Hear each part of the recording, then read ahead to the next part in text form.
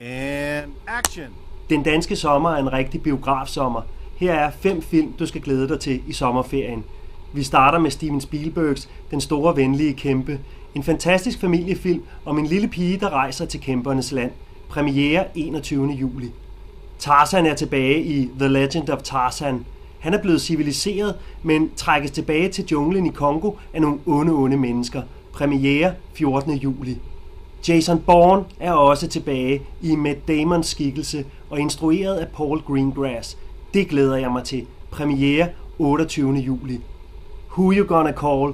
Ghostbusters. Husker du filmen fra 80'erne? Nu er spøgelsesjægerne tilbage. Denne gang spilles de af 4 kvinder. Premiere 4. august. Og endelig en nordisk filmanbefaling. Den sidste konge er en norsk film om vikinger på ski. Jakob Oftebro i hovedrollen. Premiere 14. juli. Husk, film skal ses i biografen.